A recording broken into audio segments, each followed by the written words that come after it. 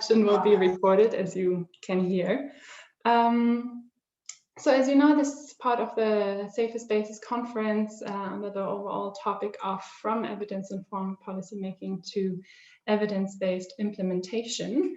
And we will dive in today into one of the core topics of violence prevention here in South Africa, which is gender. And we will focus on gender-transformative approaches today. Before we kick off, I would like to ask you, as a nice introduction, to please go on menti.com. You can either access it via the chat or on your phone. Just type in menti.com and it will ask you for a code, which is 89493304. I'll just give a few minutes on that, or minutes, seconds rather. Hi, could you please repeat the code? It's also in the chat. It's 89493304. 89493304.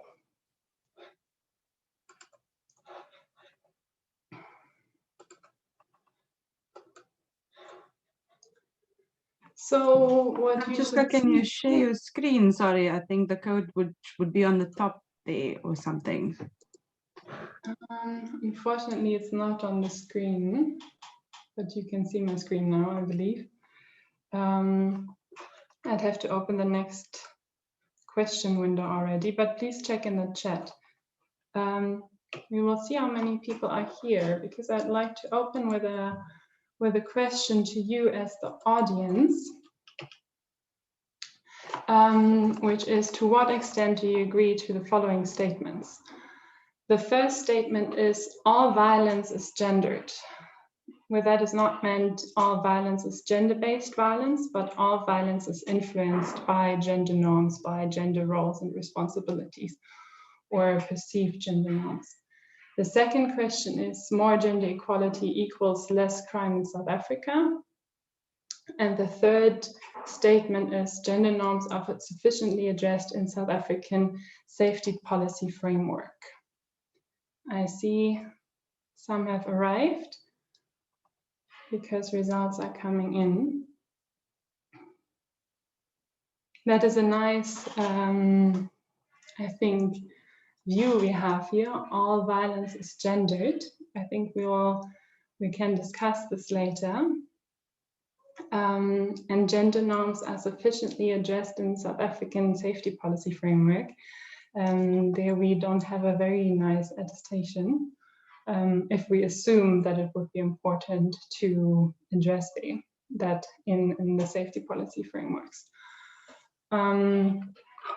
I will jump now to the next question. I think we have 21 responses here already, and a diverse, answering scheme here. And before we hand to our speakers are from civil society, from research, and from government today. So I would also like to know, how or where are you coming from? Are you coming from government? Are you policymakers? Are you from the research or academia sector? Or are you an implementer or from civil society, working with communities?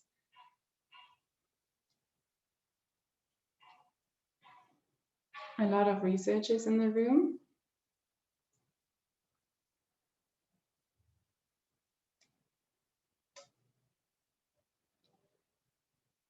Not so much government, but I think we're lucky. We have someone who I believe can represent government very well today for this topic. Maybe she's the one that best policymaker here.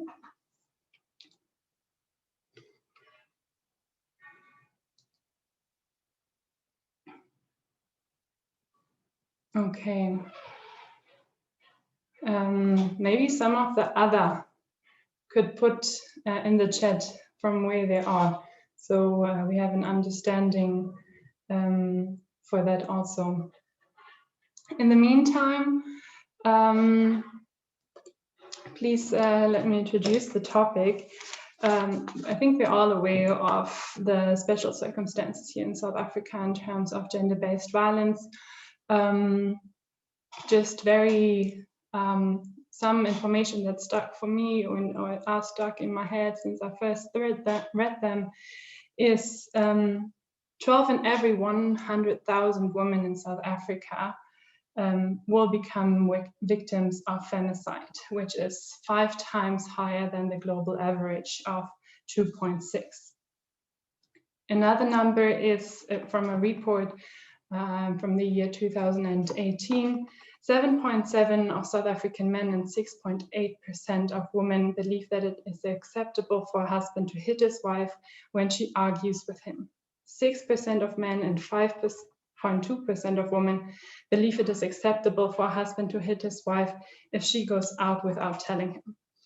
I think these are very striking examples of how gender norms, gender assumptions, and also gender roles that are ascribed and learned as a society basically express a general attitude of male dominance over women, trying to control opinion and also even leisure activities, while the feminine part, or that implies a more subordination perspective.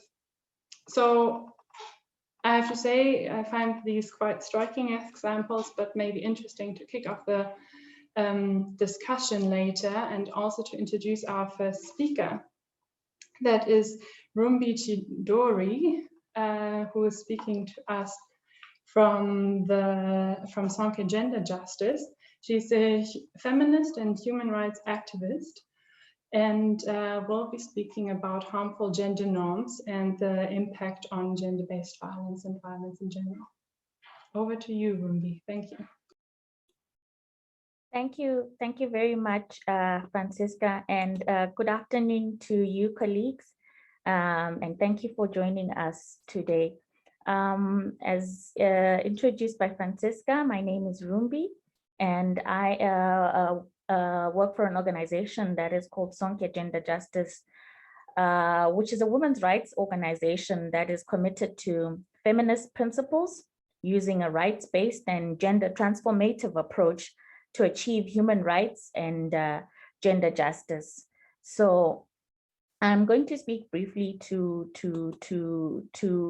unpack a little bit of what these gender roles are, gender norms, and gender stereotypes.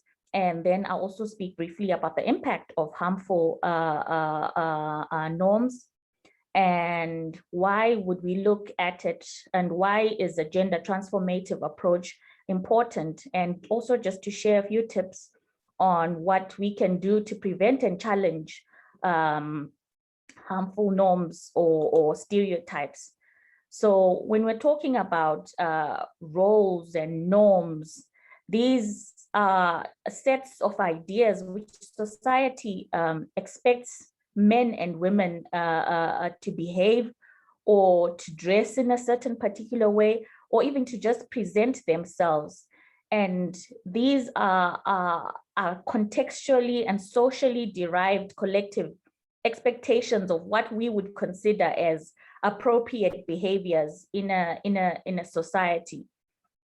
Gender roles specifically relates to how we expected to act, to speak, our grooming, and conduct ourselves based on our assigned sex.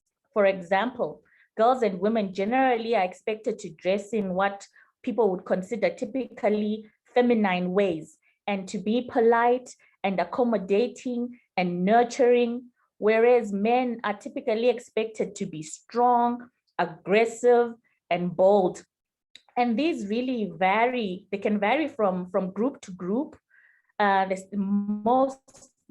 also dependent on culture, on beliefs, ethnicity, and sometimes they also change in time in the same society.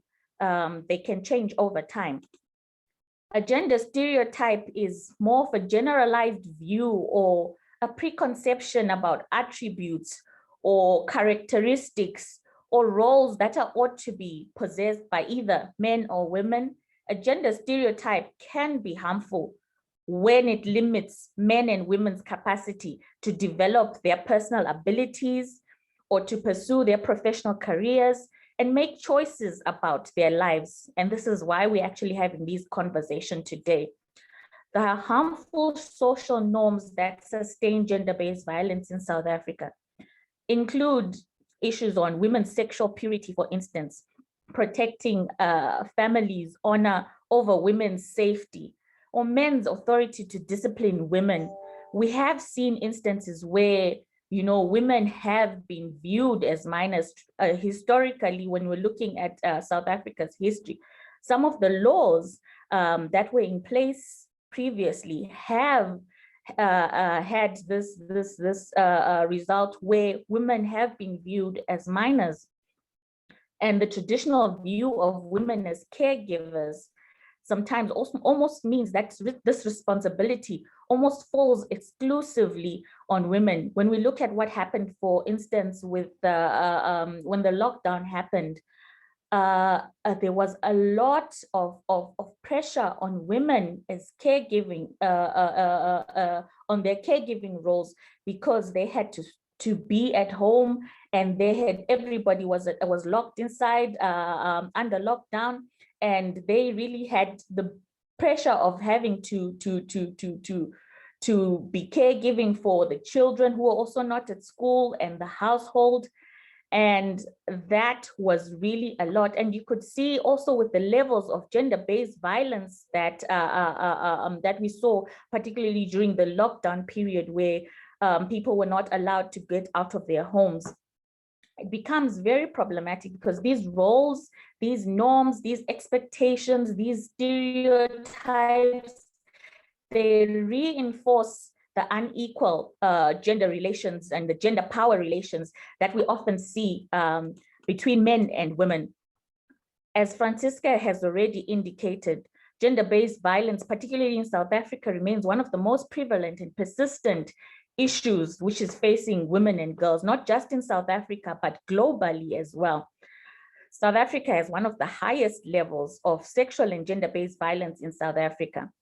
In 2014, I think KPMG released a report which was titled "Too Costly to Ignore," that actually looked at the economic impact of gender-based violence.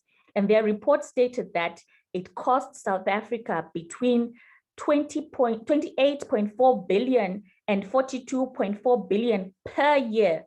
And that is between 0.9 and 1.3 of the GDP, of the annual GDP of South Africa.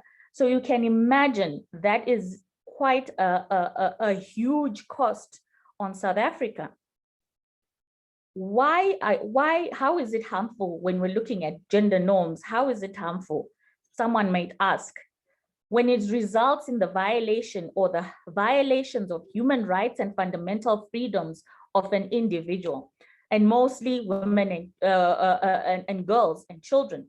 When you look, for instance, not criminalizing marital rape, for instance, or where women are perceived to be the sexual property of men, or failing to investigate or prosecute and sentence sexual violence against women, not believing rape survivors, or not believing that victims of sexual violence, or not believing victims of sexual violence and perceiving that they agreed to that particular act solely based on their dressing. I mean, we've had instances where we have seen where women have been accused of wanting it, or perceiving domestic violence, for instance, as a private matter to be resolved privately or in the family. We've had instances where women go to police stations to report sexual violence and they're not believed, or they're turned back and told to go home to go and resolve the issue. These are issues that are coming out when you look at what are the issues of gender-based violence. Certain instances like child marriages, for instance, I don't even like to use the term marriage because a child cannot enter into a marriage. But things like that, honor killings, female genital mutilation, acid attacks, forced sterilizations, these are just some of the examples of how how norms can be very harmful towards women and girls. When we're looking at the transformative approach, from a gender transformative approach, for an organization like Sonke, through its work of engaging men and boys, there has been evidence that is coming out that men's engagement is beginning to show that it can transform gender norms. It's beginning to show that fostering gender equitable and non-violent attitudes and behaviors among men can really disrupt harmful gender norms. It can really change the narrative. When you're looking at some of the campaigns that Sonke has been involved in, which include the One Man Can and fatherhood initiatives, we are seeing that, changing the narratives around parenting, around childcare responsibility, it's really beginning to make impact, and it's really beginning to show particular promise in achieving gender-based violence prevention outcomes. We have seen that primary prevention programs seek to facilitate change by addressing underlying causes and drivers of violence against women at a societal level, thereby transforming how roles, how norms are perceived, and thus interrupting violence at a basic level. We all now understand that violence is a learned behavior.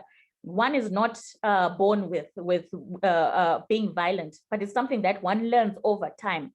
So if it's something that can be learned, it therefore follows that it's something that can be unlearned. If we have interventions that are targeting attitude and behavior change, we can really interrupt how violence happens. However, this is just one approach. And within a number of approaches that can be used. And these include community mobilizations. We see a number of civil society organizations that are engaged with us. And if you look at the strategy and even the NSP on gender-based violence itself, it really speaks to this. It speaks to policy changes. It speaks to social activism. It speaks to using a multifaceted approach in terms of questioning, in terms of addressing gender-based violence. So what does this approach do? This approach, the gender transformative approach, it has an explicit focus on questioning gender norms and expectations. And this really has shown particular promise, which is why it's good to encourage organizations that are addressing gender-based violence to use such kind of an approach. When you're looking at what can you do, one might ask, what can I do as an individual to prevent and challenge gender norms within my household or within my community or within my society? It's important that people are able to feel equal and valued no matter their sex, their gender, or their gender identity. So it's important to point out magazines. For instance, the internet is full of negative gender stereotypes. Sometimes these stereotypes are hard for people to see, but if you point it out, you would be able to get people to talk about it. It's important to respect people regardless of their gender identity. It's important to create a safe space for people to be able to express themselves and their true qualities, regardless of what society or gender stereotypes are there and expectations are. Apologies, I'm sorry, my son just got in. Apologies for that. It's important to speak up when someone is making sexist jokes or comments, whether online or in person. It's important to challenge them. And these are just some of the things that we can do that challenge harmful norms and stereotypes. Thank you. Thanks a lot, Rumbi. You'll get the opportunity to talk or share a bit more later during the discussion. Now I would like to give the word to my dear colleague, Luxolo Matomela, who is working also for GIZ, but for the regional program Partnerships for Prevention of Violence Against Women and Girls. in Southern Africa. She is an expert in media and media communication and as a practitioner, but also as a journalist, and she will be talking about GBV in media and gender norms in media and the influence on GBVF. Luxolo, thank you for joining us. If you click from beginning, then we will see the screen in big, I believe. Hi, sorry, thank you, Francie, for that. I just want to check if I'm audible. You are audible. I am audible, all right. Are you able to now see the screen as well? Yes, we do. Great. Thank you for that introduction. Thank you, Rumbi, for that opening as well. As Francie said, I'm Matomela. I'm the technical advisor working on the Partnerships for the Prevention of Violence Against Women and Girls program. We are a regional program operating in South Africa, Zambia, Zimbabwe, and Lesotho. And I work specifically on the Step It Up for Gender Equality in South African Media project, which is a joint project between GIZ and UN Women. As the name says, why would gender equality have anything to do with the media? Why GBV in the media? Luckily for me, Rumbi just made my job very easy by explaining why and how violence emanates from these deeply rooted biases, these norms, these stereotypes, these standards that create, that reinforce structural, social, unequal gender dynamics. And if we're actually going to get to the heart of understanding GBV prevention, we need to challenge these norms and these behaviors through high-level prevention efforts.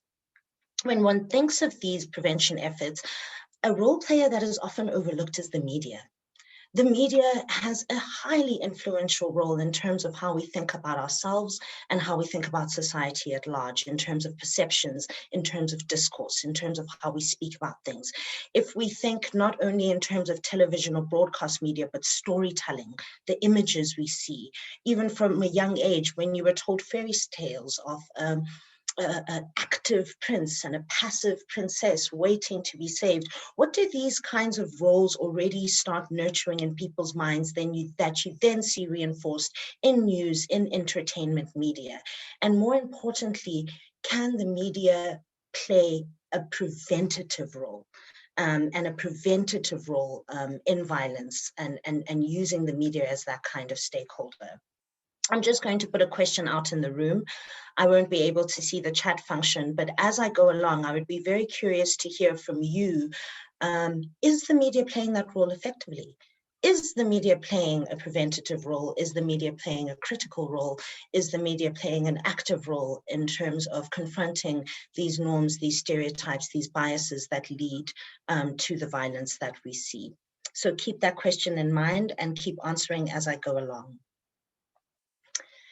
So the objectives of Step It Up are then pretty clear. If we take the premise we looked at in the slide before to be true, then we aim to achieve behavior change for media to create more gender sensitive, unstereotyped, equal and positive driven content, as well as creating a safe and equal space and environment behind the scenes. So we work duly on the content produced by media, but also in the wake of the Me Too movement, we know that sexual harassment, gender discrimination is incredibly rife on film sets. And so we also work on addressing to make that production environment more safe and equal.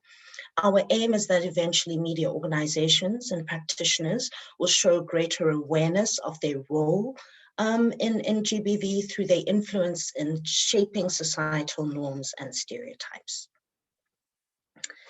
So, how do we do this very complicated work of trying to influence the influencers?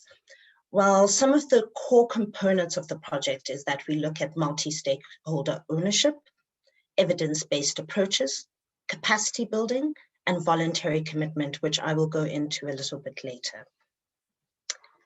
So from the inception, I think we all know that multi-stakeholder ownership is the way to go.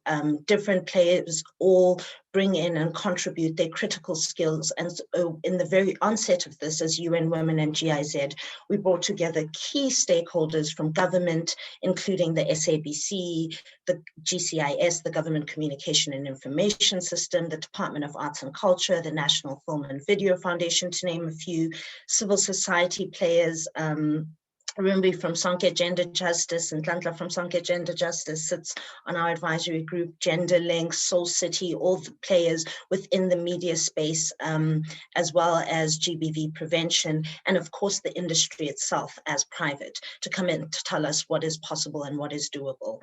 And all activities of the project are co-designed and jointly implemented with the partners of the advisory group, which is around now 25 members.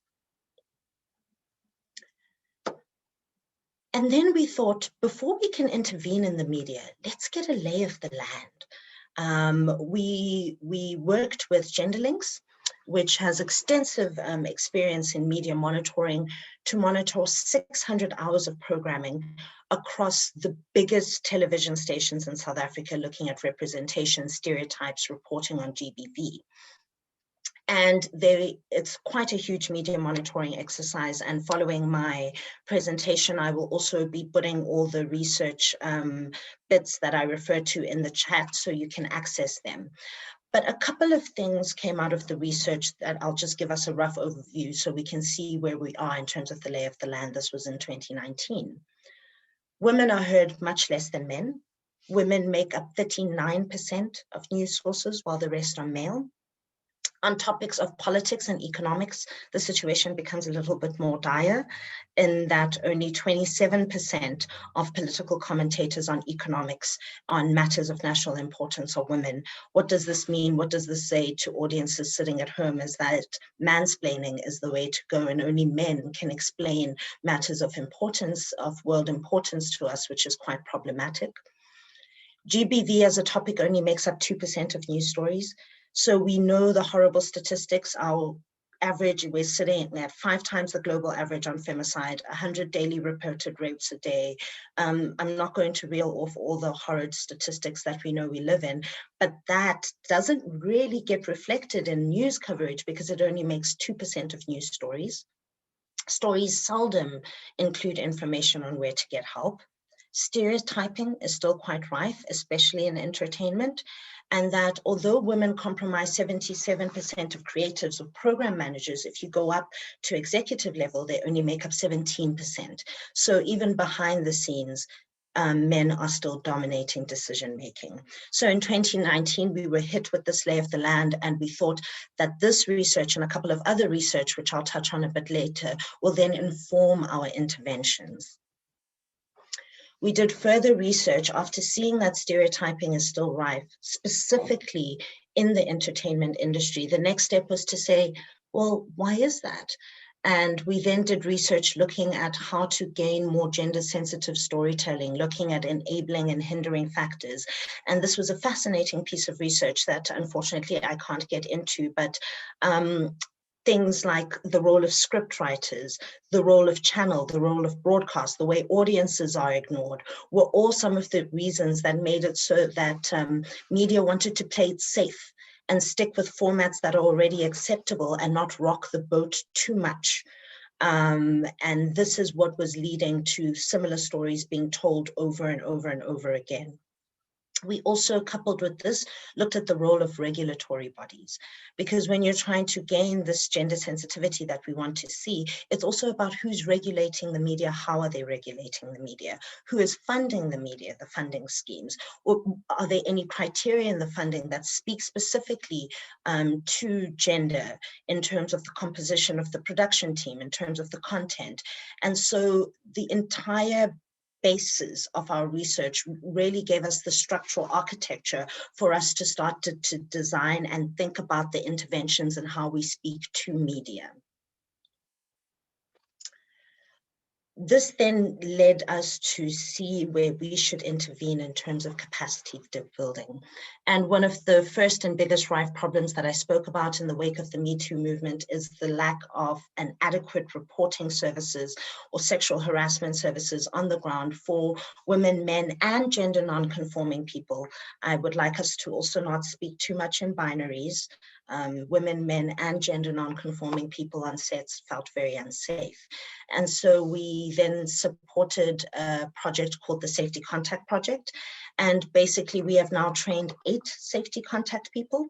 And what they do is they are independent to film sets, and they conduct sexual harassment training on set, and they become an independent source where someone can report an incident to the Safety Contact Project. And this is spearheaded by sisters working in film and television, SWIFT, as well as the Department of Arts and Culture. It's still in pilot phase, but it's growing. And the idea is to have an independent body where people can then report any kind of discrimination that happens on scene.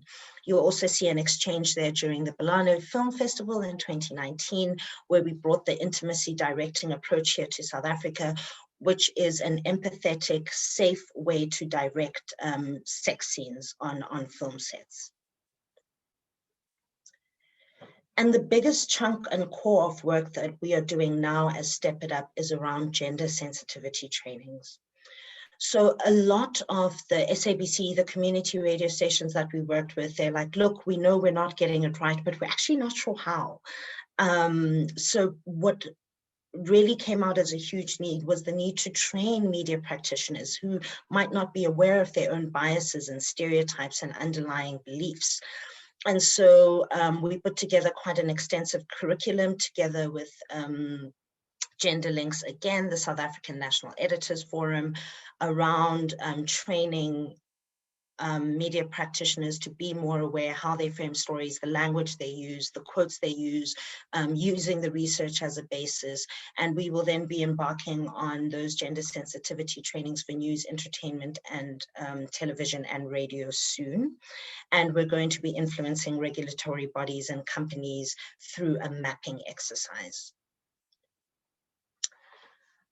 Finally, there is voluntary commitment. So we can capacity build, we can create these platforms for dialogue, we can work with the media, have this advisory group, but we actually wanted something concrete to come out of this, and for media houses not just to pay lip service. So together with the advisory group and media practitioners, we put together a statement of commitment for gender equality in South African media. And it has commitments around sensitive reporting on gender-based violence, words you use, making sure you don't open anyone in a report to secondary victimization, the unstereotyping of entertainment and storytelling, and creating a safe and equal space behind the scenes. I will share the content of the statement of the commitment in chat as well. So far, we are happy to report that all 19 of the SABC radio stations have signed on to this. Health E-News has signed on to this. The Government Communication and Information System, so all government communicators have signed on to this. A few production houses, 172 individual signatories. But this is just the beginning. I again will be sharing the link to the statement of commitment, but the idea is that once all of these and these companies that have committed, it's an ongoing process. We then offer them capacity building to live up to the commitments, and the Commission for Gender Equality, the CGE, which is also one of our trusted partners, is also on board as a watchdog. So should you see any of these media houses and practitioners who signed up to the statement of commitment not living up to it, then you can field a complaint through the CGE. And that, in as quick a way as I could put it, is the work of Step It Up and the relationship of how we can make the media become an active change driver in the fight against gender-based violence. Thank you. Thanks a lot, Luxolo. I think what I thought was really interesting, influence the influencer. I think we can discuss more about this later and also see how that can apply to also other stakeholders, not only media. But for now, we're getting to another initiative that is implemented here in South Africa quite successfully, which is Project Empower. And we have two colleagues in the room today, Laura Washington and Sivuyile Khaula. Laura is the director of Project Empower and hence has quite some experience in leading the organization's efforts in developing community-based and women-led interventions for GBV prevention. And Sivuyile is a project manager. He has been with Project Empower also quite some time. He's a 5 years experience in implementing gender-transformative interventions, such as the Stepping Stones and Creating Futures approach, which is implemented by Project Empower in informal settlements. And I believe we will hear more about this now from Laura and Sivuyile. Over to you. Great, thank you so much, and good afternoon to all the colleagues here. I'm just setting up my screen. Okay, so it's Laura and Sivuyile from Project Empower, and we're wanting to talk to you about the work that we have done in developing and evaluating an initiative, a simple, straightforward, manual-based initiative that has shown great impact in reducing the perpetration of violence by young men against young women in the context of informal settlements.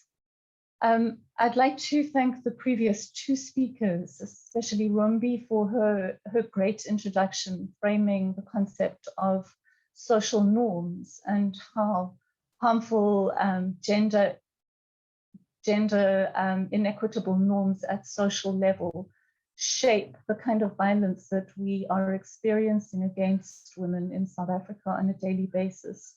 And also to Luxolo for her very valuable introduction to the work that is being done with the media. We all understand the incredibly powerful role that the media plays in shaping people's attitudes and in cementing social norms.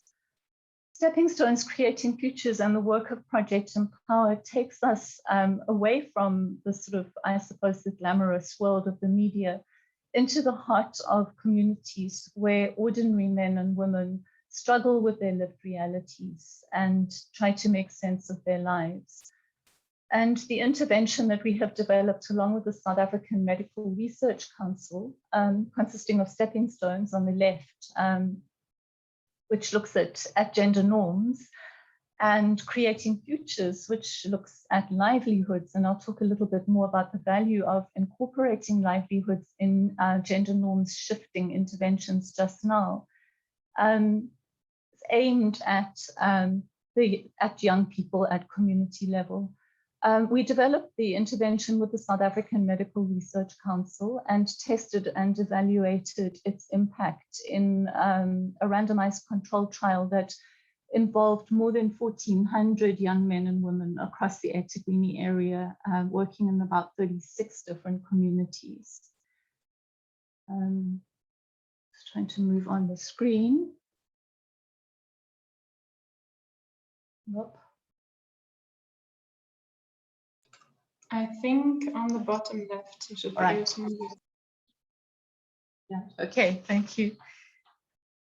Right, so why focus on informal settlements when we know that we have a global problem and we have a national problem?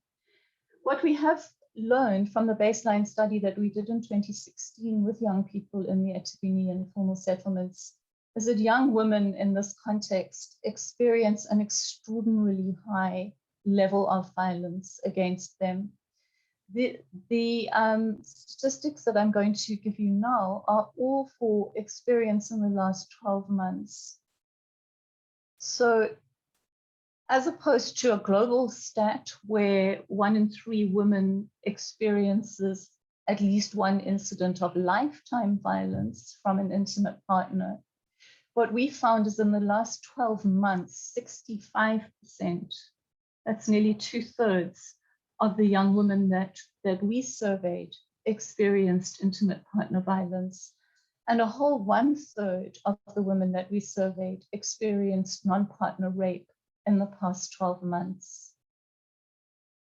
Clearly, that has a lot to do with gender inequitable norms, but we also found that in the last month, 31% of the young women that we surveyed experienced severe food insecurity.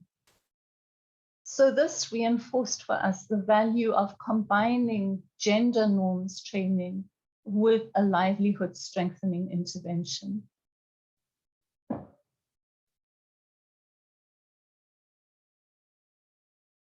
What we learned from this baseline study is that there's a complex interplay of drivers of violence against women, including the inequitable gender attitudes that we've discussed, including the poverty that was highlighted in the previous slide, and also including childhood trauma. And I see that one of our colleagues on the chat has already alluded to the link between boys experiencing violence as children, and that experience in our survey could be either a personal experience or witnessing violence. The link between that and then growing up to perpetrate violence as a male, or experiencing childhood trauma and then growing up to be a victim of violence, gender-based violence for women. So this is a complex interplay of drivers, which I'm not sure any of us really fully understand. And they intersect also with other mediating factors, such as the use of alcohol and other substances, low education, poor mental health, particularly depression and trauma.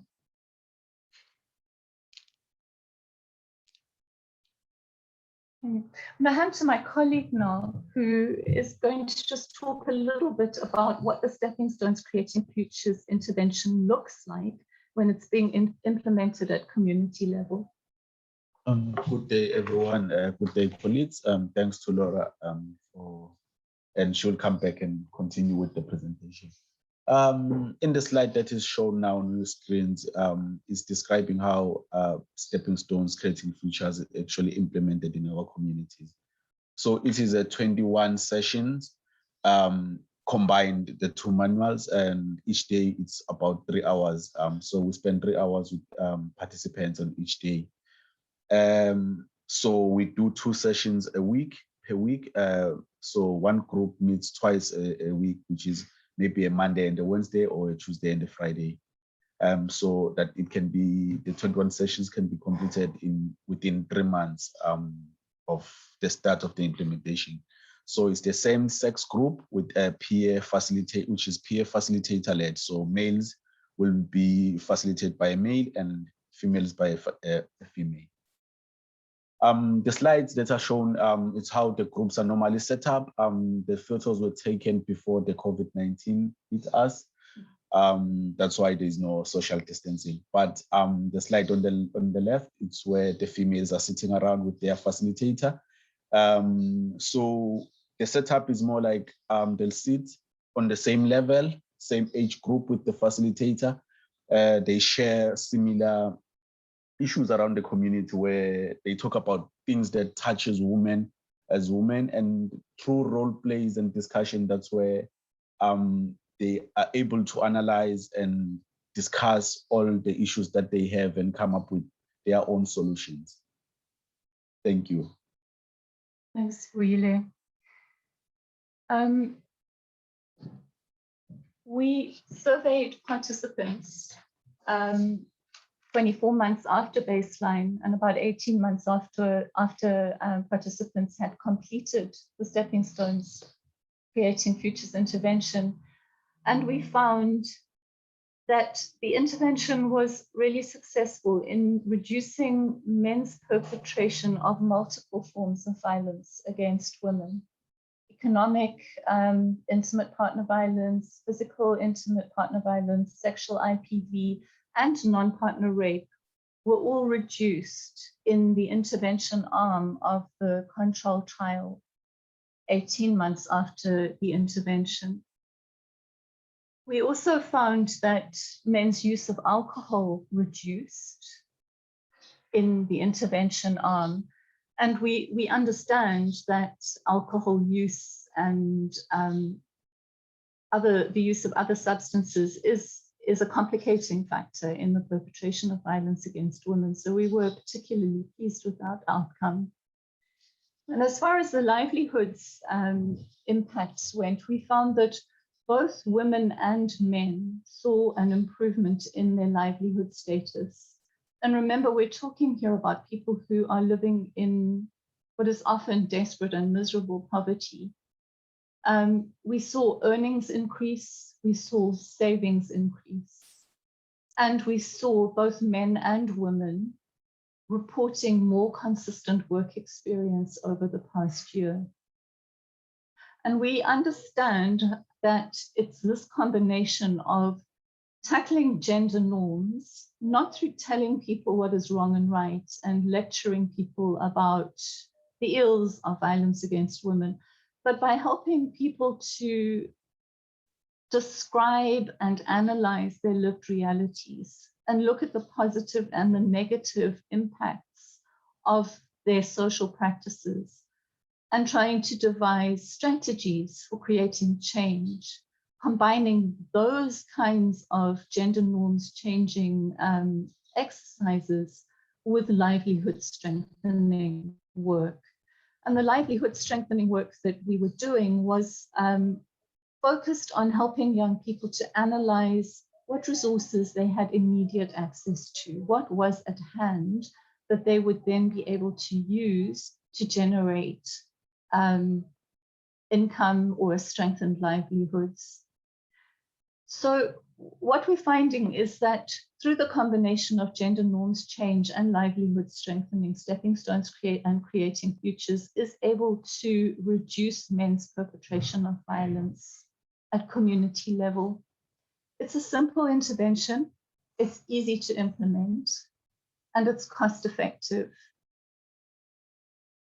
And if it's delivered at scale, it also provides the additional opportunity to create work for young people who could be employed as facilitators of Stepping Stones Creating Futures groups. And one of the things that we're doing at the moment is piloting a demonstration project of Stepping Stones Creating Futures at community level using the EPWP wage subsidy model with NPOs in KwaZulu-Natal. Trying to understand whether the EPWP wage subsidy model would be an effective way of delivering the intervention at scale across not just KZN, but across the entire country.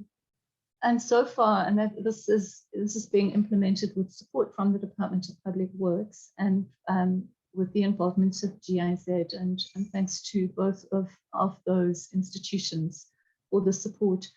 And so far, we have experienced quite a lot of success in using the model, and we hope that there is a way forward both for this model and perhaps for others in the future.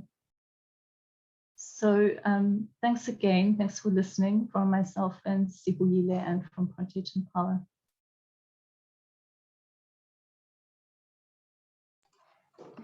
Thanks a lot, Laura and Sivuyile. I think this is a nice insight of how gender transformative approaches can work on community level. Now, though, we're leaving the community level and go all the way up to national government, because our next speaker, Esther Maluleke, is coming from the Department of Women, Youth and Persons with Disabilities. Esther started her career as a social worker with the Johannesburg Child Welfare. Then she worked as a gender specialist at the Department of Health and in a non-profit organization. And now, and that's also how she's speaking to us today, she's the Director for Governance, Transformation, Justice and Security. And Esther has been significantly involved in the development of the National Strategic Plan for Gender-Based Violence and Femicide. And I think she will give us an overview, and then we can jump into the discussion and also talk about hopefully how we can scale up some of the ideas that come up in the room. Esther, over to you. Your microphone is off. Thank you very much for that introduction. I think I'm gonna switch off my video so that I'm able to project the presentation. But I feel like the previous speakers have said everything that I needed to say. But nevertheless, I'll just quickly take you through what I've prepared that you probably already know. Thank you very much. Just also to note that my network is very unstable where I am, so bear with me as I take you through the presentation.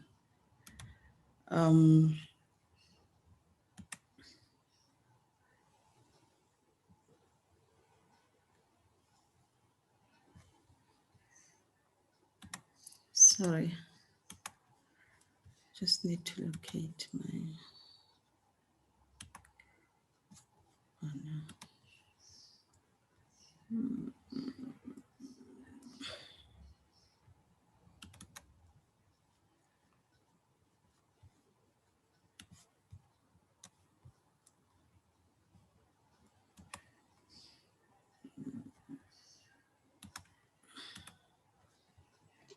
Is it working, Esther? Yeah, I'm trying to, is it coming up it's now? Coming up. It's here. Yeah, Thank okay. you. Tell me if you can see properly in terms of whether I need to enlarge it or not. I think it's I hope fine. it's quite visible, yeah. Okay. I don't know, it doesn't want to move. So I'm going to get out of the slideshow because the slides don't want to move.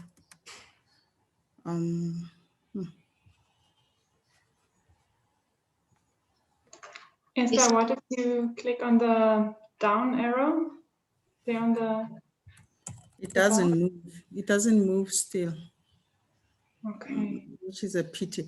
I don't know, Francesca, do you want to help me from your side, just in the interest of time, to project? Let me quickly open it Maybe from yours my will work side. better. Yeah. And let me stop sharing.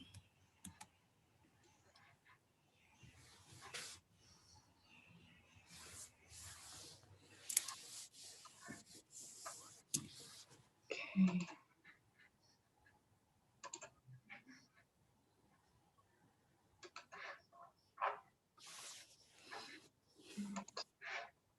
Here we go. Can you see my screen? Yes, yes. Thank you very much. You're welcome. Yeah, can we move to the next slide so that I can, yeah, the next slide.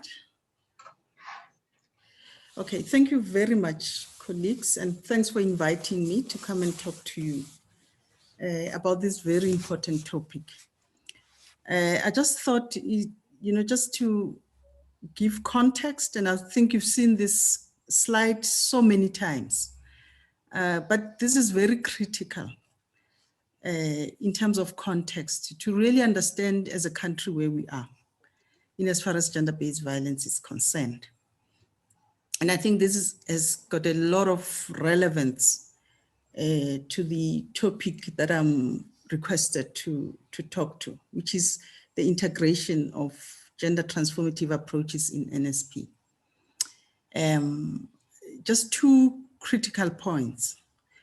The first being that we are in a crisis, but understanding also that for us to address gender-based violence, we really need to remember its historical nature, which is institutionalized for many years, if not centuries, and that we can't look at GBV without really looking also at the overall levels of crime and violence. So we're still trying to really understand this pandemic, We know that we don't know everything about it. So there's a lot of work that still needs to be done in terms of research and really drilling down into really understanding the sketch so that we're able to design appropriate responses in terms of interventions and programs. And this requires a whole society approach. Next slide. You can see here, the strategy reminds us that as we respond to GBV, we really need change at all levels, whether it's family, whether it's where children are involved, whether it's community. So it's a really whole society approach. Next slide. So this for me is the most critical slide that I need to really address you on, which is the theory of change for the strategy. You will note that in the slide, it really foregrounds prevention and the issue of accountability. Because this is extremely critical. And I think when we are developing the strategy, we took into cognizance the fact that a lot has been invested in fighting the scourge, and that we are really not seeing the positive outcomes that we really hoping to see. And one of the reasons is that we respond really after the fact. When the cases are already in the system, especially from a government perspective. And this is problematic. I know that for many years, we've been running various campaigns at different levels, most notably 16 Days of No Violence Against Women.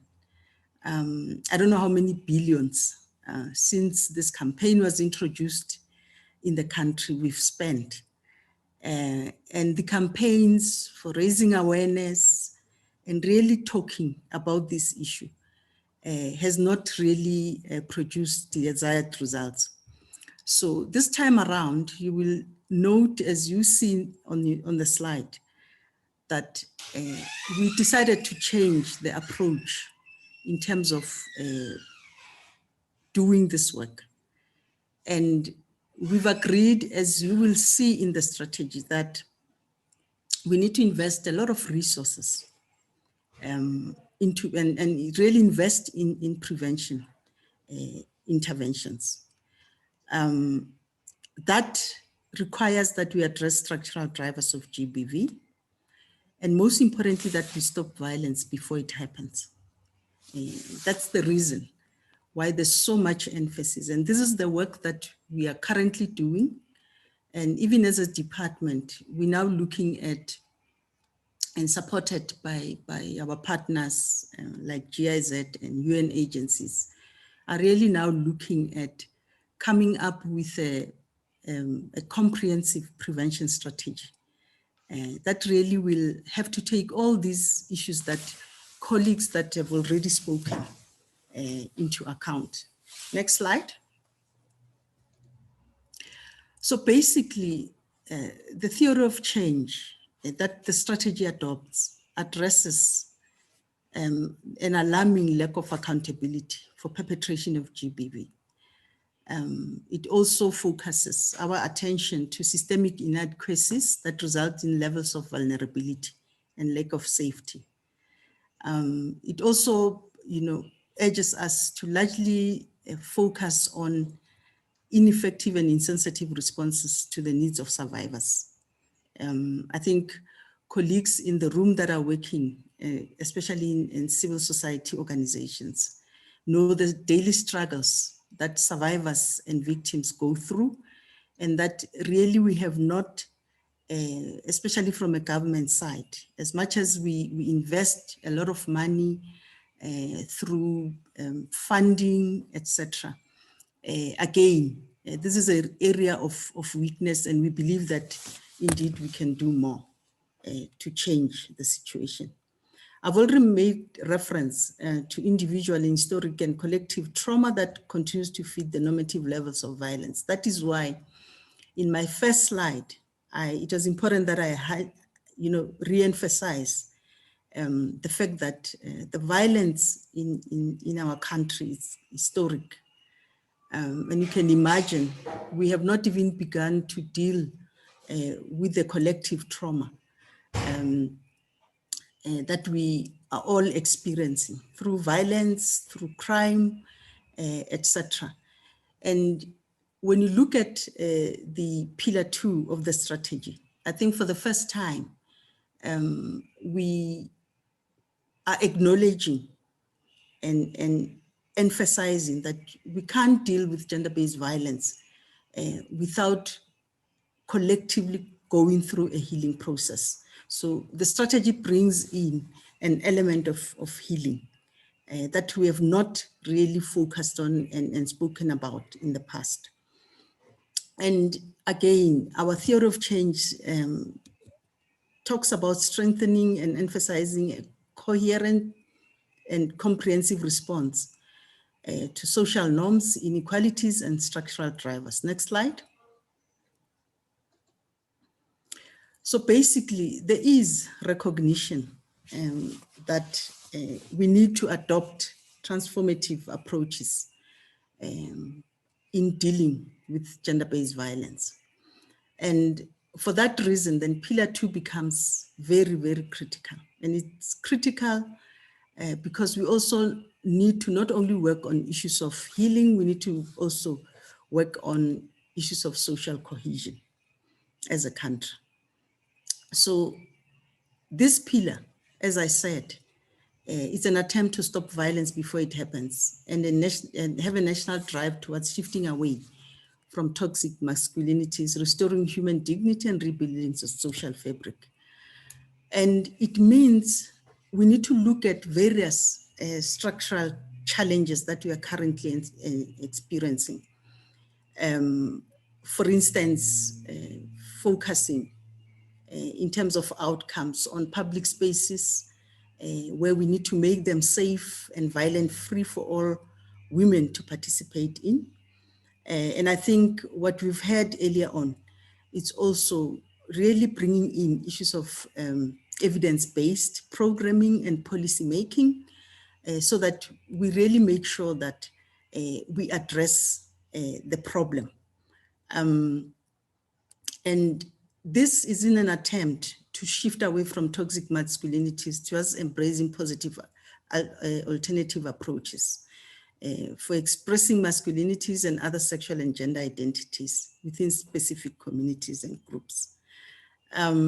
So pillar 2 really, and if you take pillar 2 and put it together with pillar 5, you will realize that this is an attempt by the strategy to move away from just awareness raising, which really I think it's paying lip service to addressing this scourge, but to really deal with issues that really drive gender-based violence in the country. Next slide.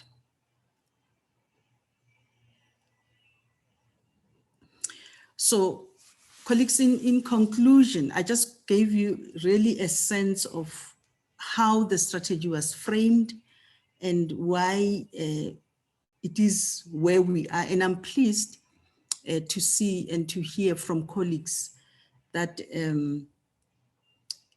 a lot of programs that you are implementing currently, really it's aligned to the National Strategic Plan. Some as old as the Stepping Stones, which is evidence-based model. And I think, Laura, you mentioned something that is very critical, even as a department and a collective working on this prevention strategy, that we need the prevention strategy to adopt a transformative approach in the sense that we recognize that a lot of evidence-based programs and models that currently exist are framed from a public health perspective, and that in alignment with the strategy, we need to move more and more closer to adopting a feminist approach to addressing GBV. So in my view, when I look at the strategy and when I look at how we've come to this point in terms of developing the strategy, it's clear that it adopts a feminist approach to ending gender-based violence. And this means that we need to be action-orientated and focus on individuals, society, social, systemic, and institutional changes necessary to achieve gender equality. And emphasize that gender inequality is the root cause of violence against women and girls and shapes every aspect of their lives. So the strategy seeks to challenge and transform this inequality. And that is why we have Pillar 5 in the strategy that has got a specific focus. And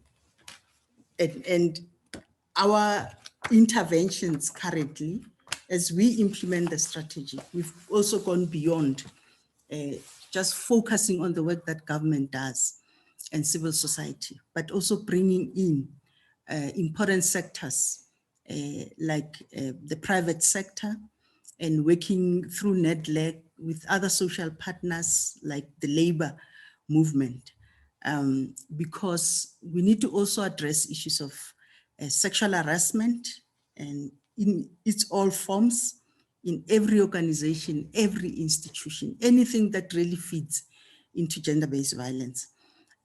So the strategy is very broad, it's high level, but it gives us clear pointers in terms of pillars and targets and indicators, guiding us in terms of what is it that we need to do across the board, and what are the things that we need to focus our attention and invest the money in. And pillar 2, for me, if you ask me, is the most critical pillar of the NSP. So I hope I've done justice to this topic. I was mindful of the fact that I only have 5 minutes to talk to this issue. But I submit, Chair. Thanks so much, Esther. Actually, we're a bit over time, but I don't think that's a huge problem because we planned with it. As the moderator, I'm in luck, and because I have the privilege to ask the first few questions to our panelists before I give the stage also to our audience. So something that Luxolo said, I think, was present throughout the presentations. Luxolo, you talked about you know, who is represented where, in what positions in media.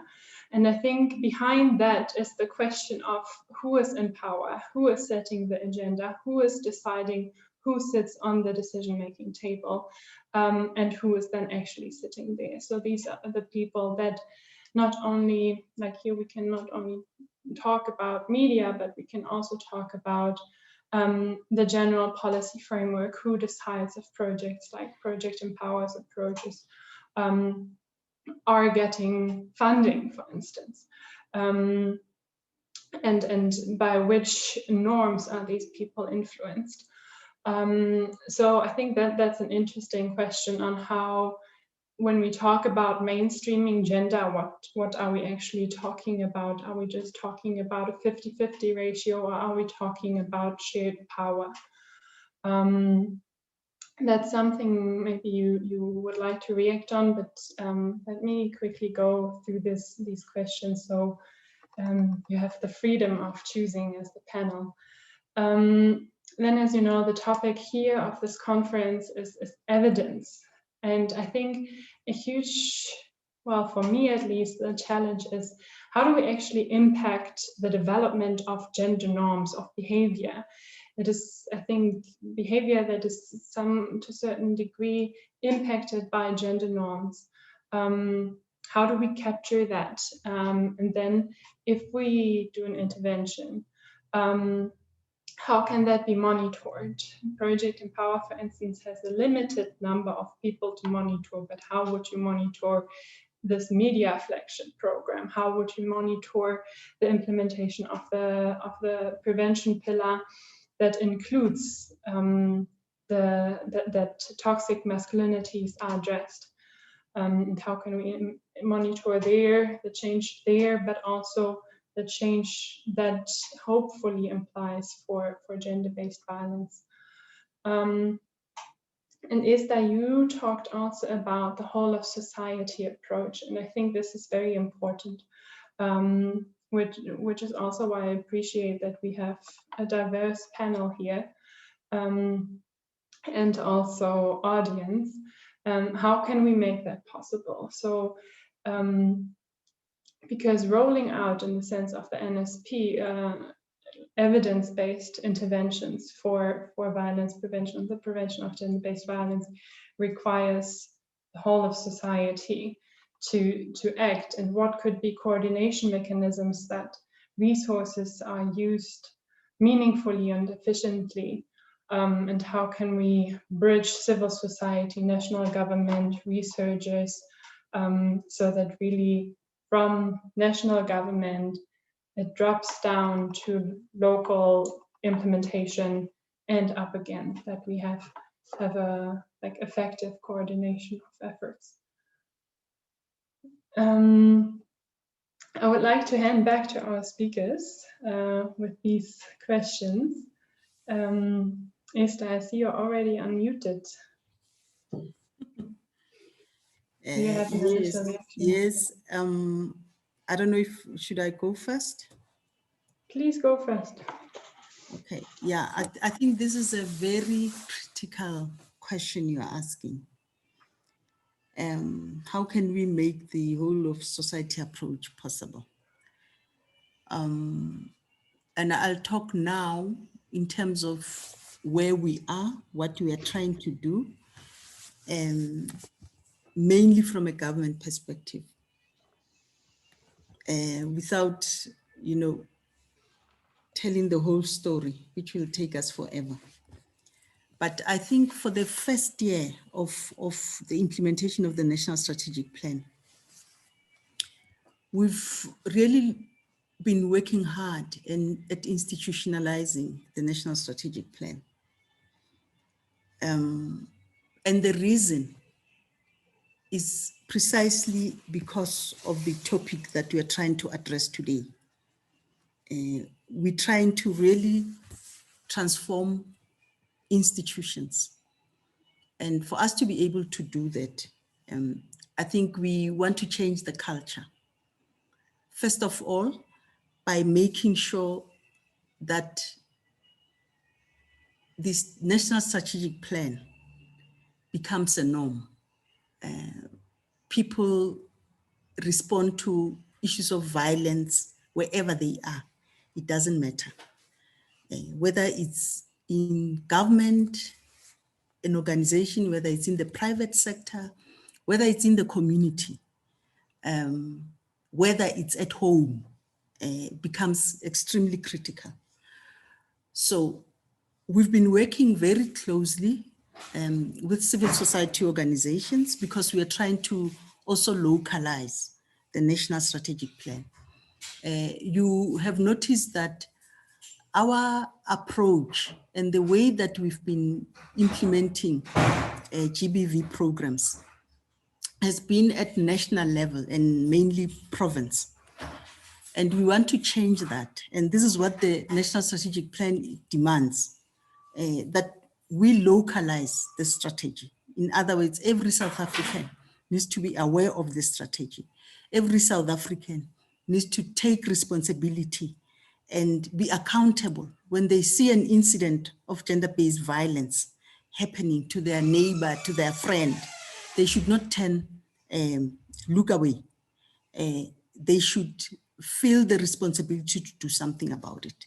So this is where we've been investing time and energy, trying to talk to key stakeholders and partners at local government level, working very closely with COCTA to ensure that this strategy, it becomes part of their annual plans so that they're able to allocate resources to actually implement the targets and indicators. The same process is taking place at province and national level. I must just say, currently, this National Strategic Plan is a standing item in all the clusters of DGs and cabinet as well. So every meeting that cabinet has, that clusters have, we are called upon as Department of Women to present and report on progress we are making in implementing the strategy.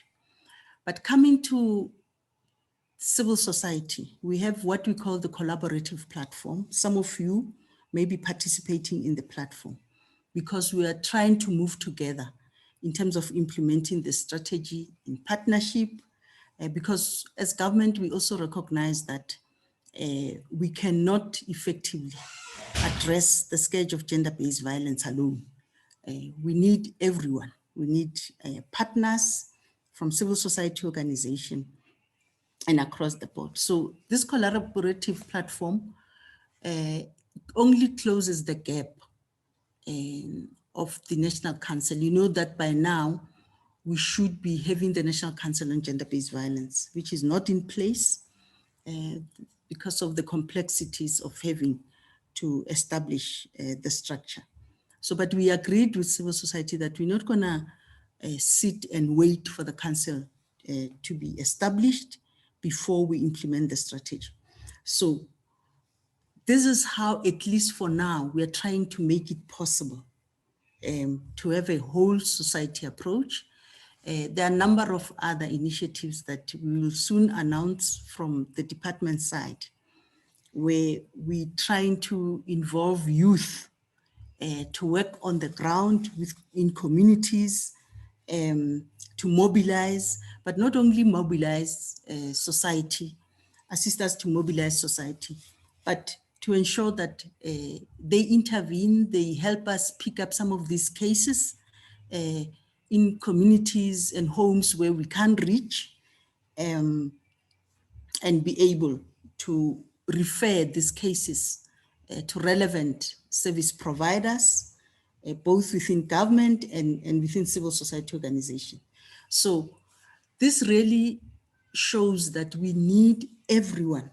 We need everyone to contribute in whatever small way, wherever they are, be it, as I said, whether you are at home, whether within your community, whether, you know, as part of a club.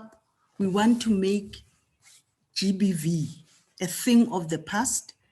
And the first step is really trying to make everybody aware and appreciate that we are in a crisis and that it's going to take all of us to bring the change and transform norms and attitudes toward this problem. Yeah, so I hope I've responded to the question. Thank you very much. I believe so, Esther. Many thanks. I think this is also a nice call for all of us to be active, similar to what Rumbi has said initially with how can you as an individual make a difference.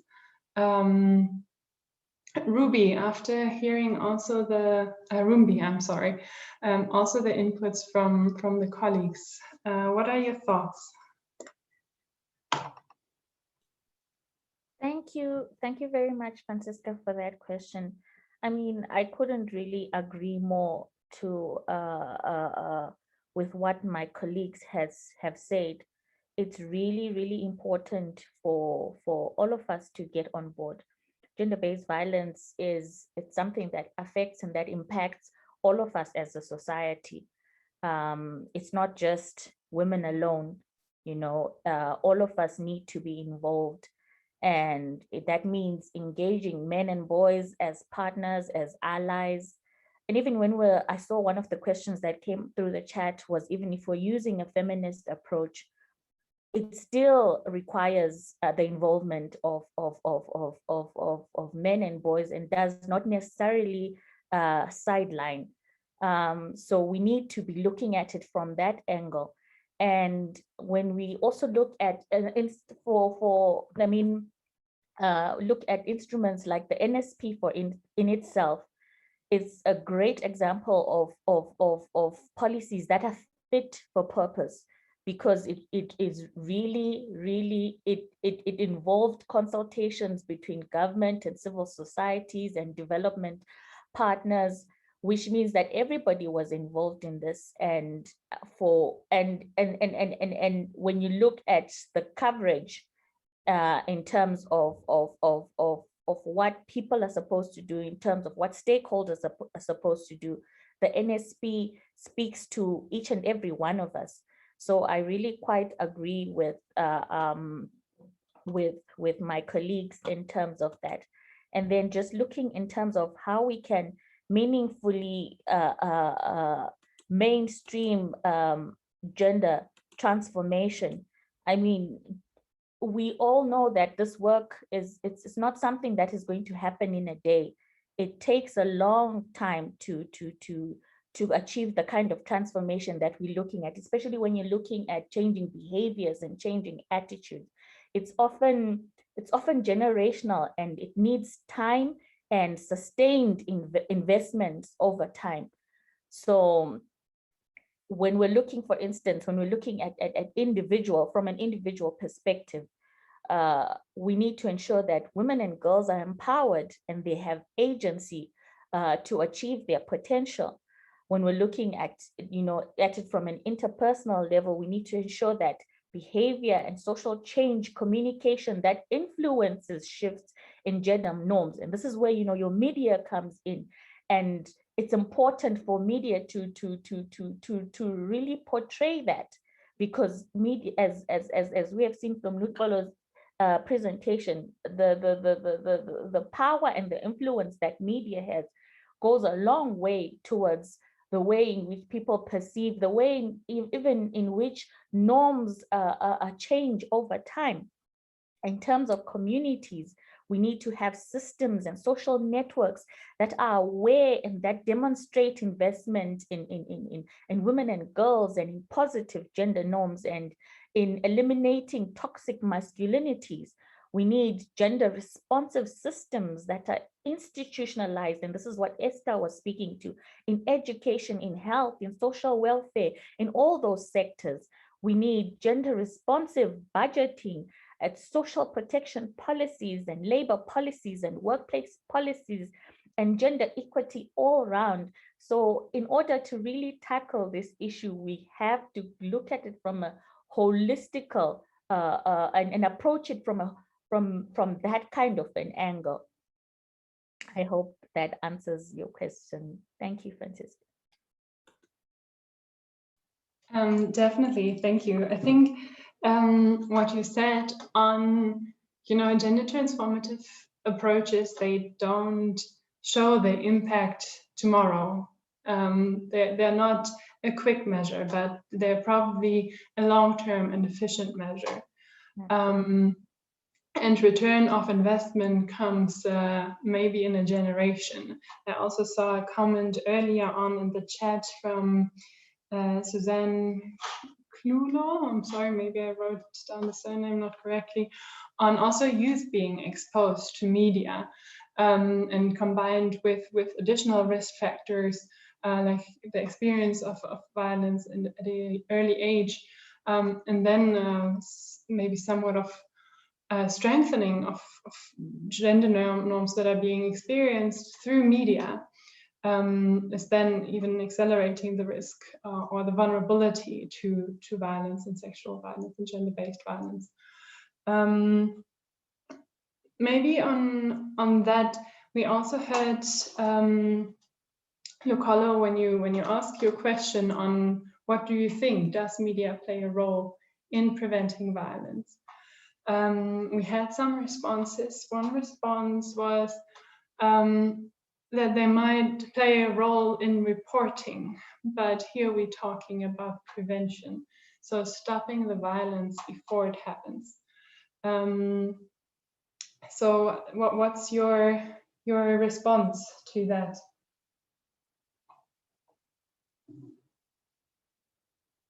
Luxolo? Hi, thanks, Francisca.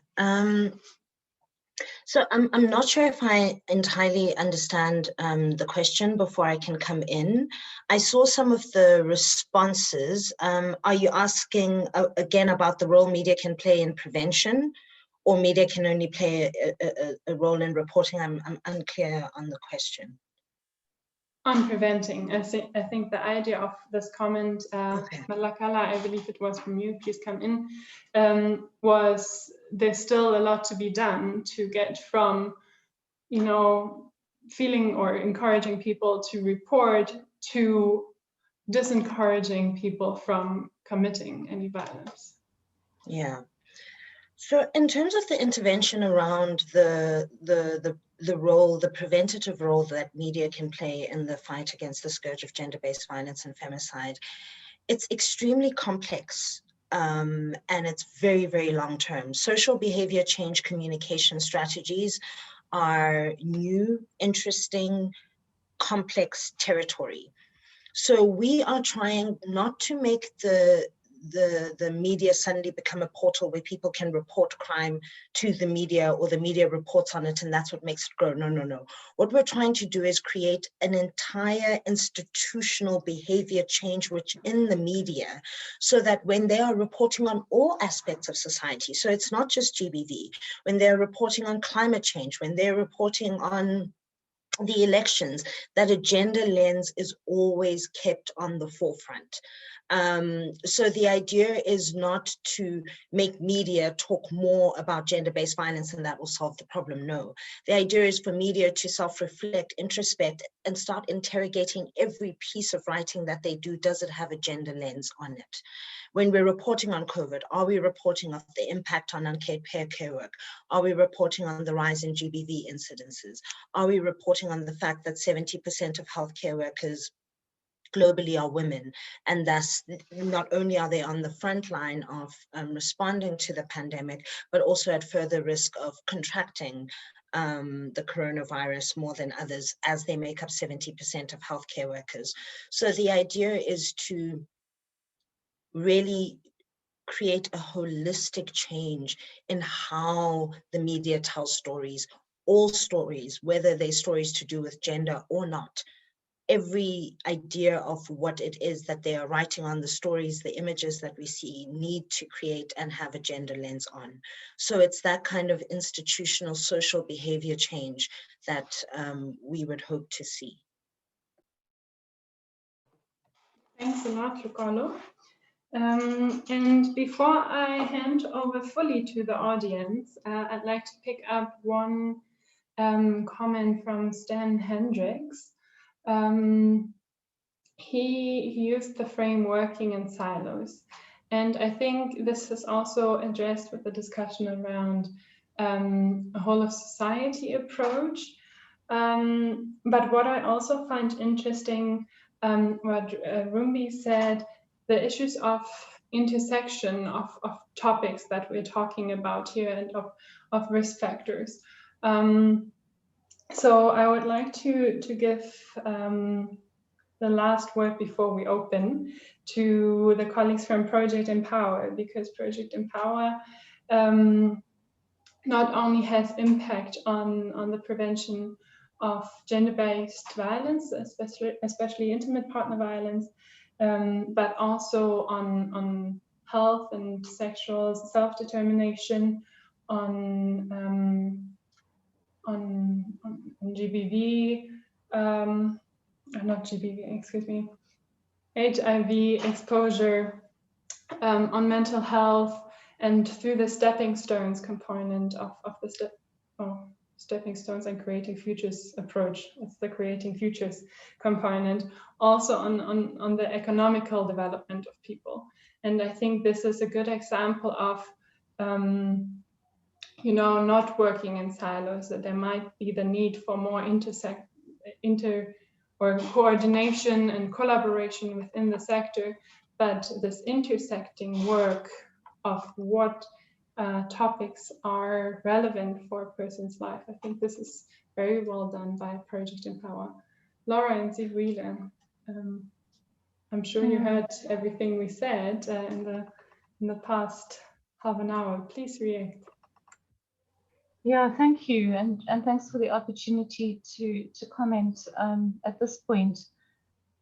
I think that is one of the things that we have tried to do with the combined intervention Stepping Stones Creating Futures, is sort of open up that space for an intersectional approach, really, to all the multiple drivers of the problems that we're trying to address. I think, you know, if you were just looking at the whole area of livelihoods and the poverty that is faced by men and women, and the differences in that, in their experiences of poverty for young men and young women living in informal settlements, it would be quite clear how gender norms play a role in that. So women are constrained and men are equally constrained, but differently constrained in the means that they can use to generate a livelihood by the social norms that are adopted in their communities and in society more broadly, that determine how they can go about generating a livelihood.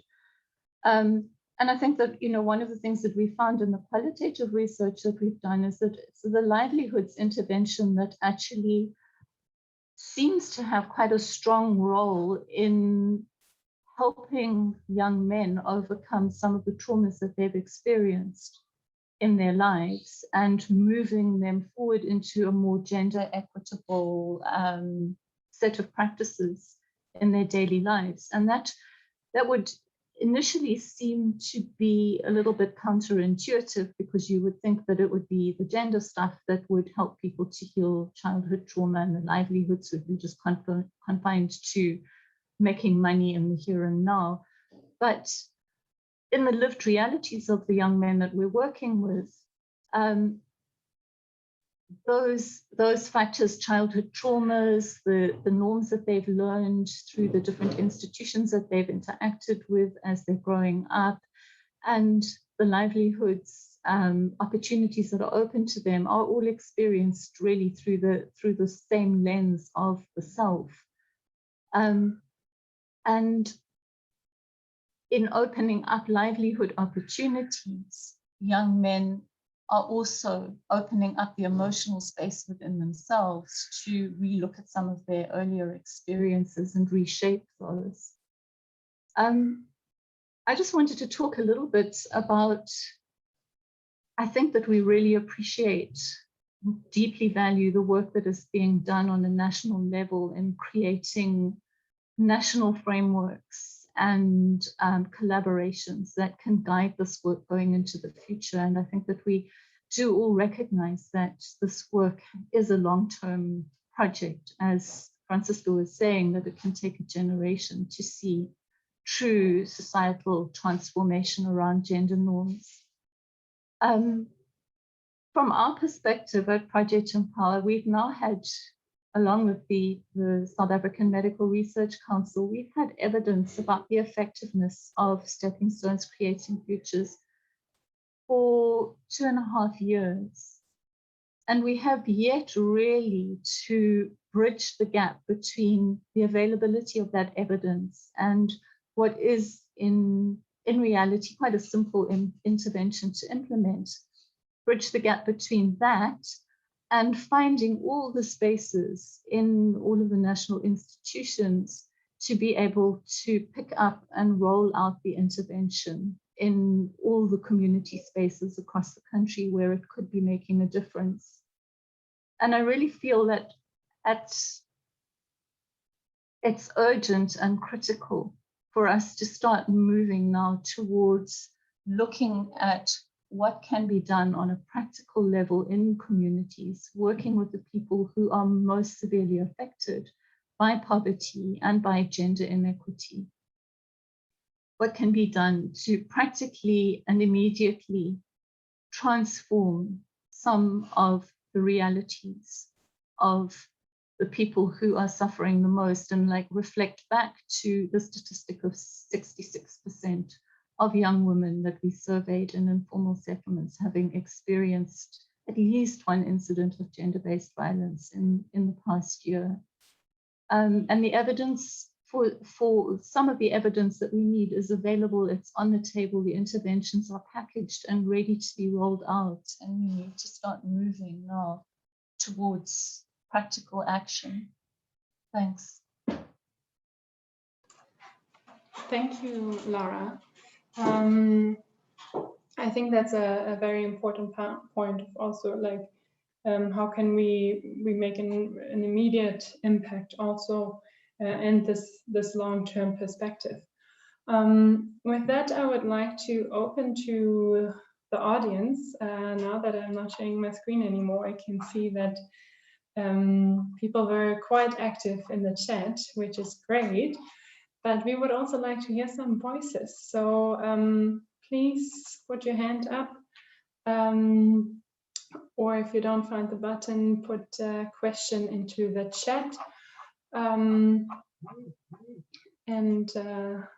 Yeah, please, the stage is, oh, I see Esther has her hand up already. Esther, but then we need to give the audience the stage also to ask you some questions back.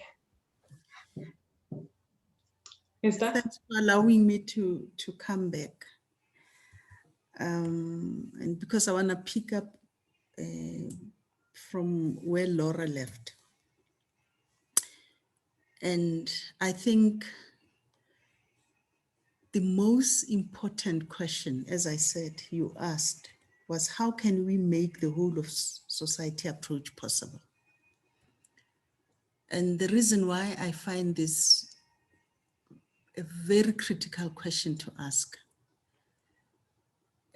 as I said earlier on, we are embarking on development of the comprehensive prevention strategy. And I think colleagues have already alluded to the fact that it seems there's no bullet, a silver bullet in this respect, that is going to take time for us really to make a huge impact in terms of norms change, norms and behavior change in as far as gender-based violence is concerned. And I think as government, we've been grappling, because with my opening remark, I indicated that we are in a crisis. We're in a crisis, and the country wants to see results immediately. I mean, women have been killed from almost on a daily basis. You see headlines, sometimes some of these cases don't even hit the front pages of newspapers. You can see in social media, those that are very active. So we know that this is a huge problem. And Laura, you are saying we need to, in other words, scale up evidence-based programs like stepping stones. And the question I have, and this is what I think we're grappling with, it's finding interventions that will have a huge impact, but that are cost effective. Because for us, the anxiety is we need to scale. And when I think about a program like Stepping Stones, and just wondering, even when you scale up, how much it would cost, because there's a cost involved. And maybe this is something that you might want to share with us to understand what it would take to invest in an evidence-based program like Stepping Stone. But my point is, we need to scale up, to begin to change people's attitude. Ideally, colleagues, the way we deal with COVID-19, because I think it's in every household, people talk about COVID-19, whether you like it or not. Ideally, this is how we need to have conversations in our families, calling each other out when somebody is violent in the manner that they talk to. It must be part of our daily living and culture. I believe when that starts happening, that's when you will begin to see the shift. So it's true, we need to use evidence-based programs, models, projects that we know have proven to work. But again, at what cost? And how long will it take us to reach the point that we want to actually stop violence and stop it now? Because one more death is one death too many. Thank you. Thanks, Esther. I think this is a very important comment around the cost benefit of some interventions. And what you said last, us speaking up in our own households, that comes for free, but maybe later Luxolo or also the colleagues from Project Empower can talk more about the cost benefit. But first, I would like to give the word to Hannes. I can't see your surname, I'm sorry. But you have your hand up. Good day, Francisca. Can you hear me? Okay, cool. I'm Hannes Kukumur. I am a correctional officer, criminologist, and violence researcher in the correctional space. So a few years ago, there was a judgment that made against the Department of Correctional Services regarding gender identities in correctional services, which allowed any individual to express their gender identity. So my question, I think, is more regarding all of these policies have spoken more about women and children and a lot of the female experience of gender-based violence, but not about the other gender identities and the violence they experience. In my experience, there's a lot of violence towards non-binary, trans, and intersex individuals. Some of these might be physical violence, some of that might be structural, and other forms of violence that we not always view as on the same level as physical violence. Because South Africa is such a violent country, we sometimes structure or level violence, who gets first bid of the policy or of the funding. And it's evident in how the media treated Caster Semenya and how the media treated so far this year, 12 transgender individuals have been killed, brutally murdered, and yet the media makes no fuss about it, whilst other forms of gender-based violence gets a lot more attention. So it's just I'm just looking at the researchers in the field, knowing my field is a very limited scope. So that's my question. Thank you very much for the presentation. It's wonderful. Thanks a lot. I think this is a very important question. I also saw somewhere in the chat a comment around if we do a feminist approach, doesn't that exclude also, for instance, men as allies? And I think what is important to mention here, at least that's my personal idea of feminism, that it's always intersectional, that feminism is not only about women that were born as, or female assigned as at birth, and that feminism also always includes men as allies or even more. I think this could be an interesting question on how gender transformative approaches also include non-binary and non-conforming people, for Rumbi, and obviously also for the other panelists. But Rumbi, maybe you have some ideas on that. Thank you very much, Francisca, and thank you very much, Hannes, for that question.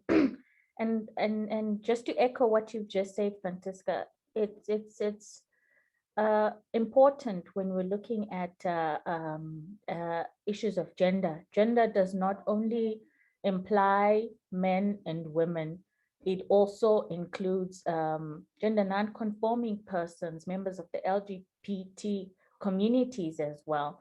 And if you're looking at, and I think that's one thing that comes out very clearly if you look at the NSP, for instance, it is very, very inclusive, and it acknowledges that you know, when we look at issues of gender, it should be wholesome. We're not just looking at them in you know, the binary perspective. We need to look at issues of gender non-conforming communities as well. And so when we look at policies that are in place, these are some of the things that we also need to be looking at. Are they inclusive? How inclusive are these policies? When we look at how the implementation is happening on the ground, is it inclusive of traditionally marginalized communities? So these are the things that as civil society organizations, even as government as well, government needs to look at how inclusive their policies are. And it's important to because when you're looking at violence, sometimes it doesn't choose a specific gender, nor race, nor it doesn't discriminate in that way. Violence affects all of us. So when we look at in terms of how we respond to it, we need to pay particular attention to those intersectionalities. You know, I could be, you know, a trans woman, and violence would affect me despite the fact it wouldn't choose that because I'm trans or because I'm Black. It wouldn't choose that. So it's very important that I would like to agree with you and echo that when we're looking and when we're looking at our policies and we're looking in terms of implementation, these are issues that we really need to take into consideration. Thank you. Thanks a lot, Rumbi. I don't see any hands up. So I'd like to take on the comment from Grace Field that I just mentioned on the feminist approach, and what role men could play in the prevention of gender-based violence. And Laura and Sivuyile have talked on that and their work with men. Laura and Sivuyile, maybe you could elaborate a bit more on the role of men in gender-based violence prevention.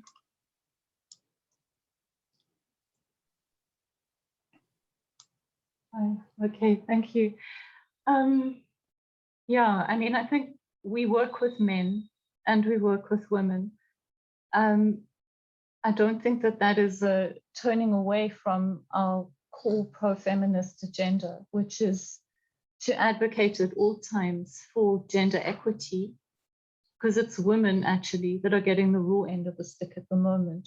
Although we know that toxic masculinities, that hypermasculinities, that patriarchy as an institution also hurts men. And I was talking about that just now in the way that patriarchy and patriarchal norms can limit men's ability to generate a livelihood for themselves by excluding options and steering them in particular directions which are in the long term going to be harmful to them. So I think that working with men is compatible with a pro-feminist agenda as long as we keep in mind that women and gender equity and the promotion of an egalitarian society that is inclusive of everybody regardless of their gender orientation or gender expression, that is at the center of our agenda.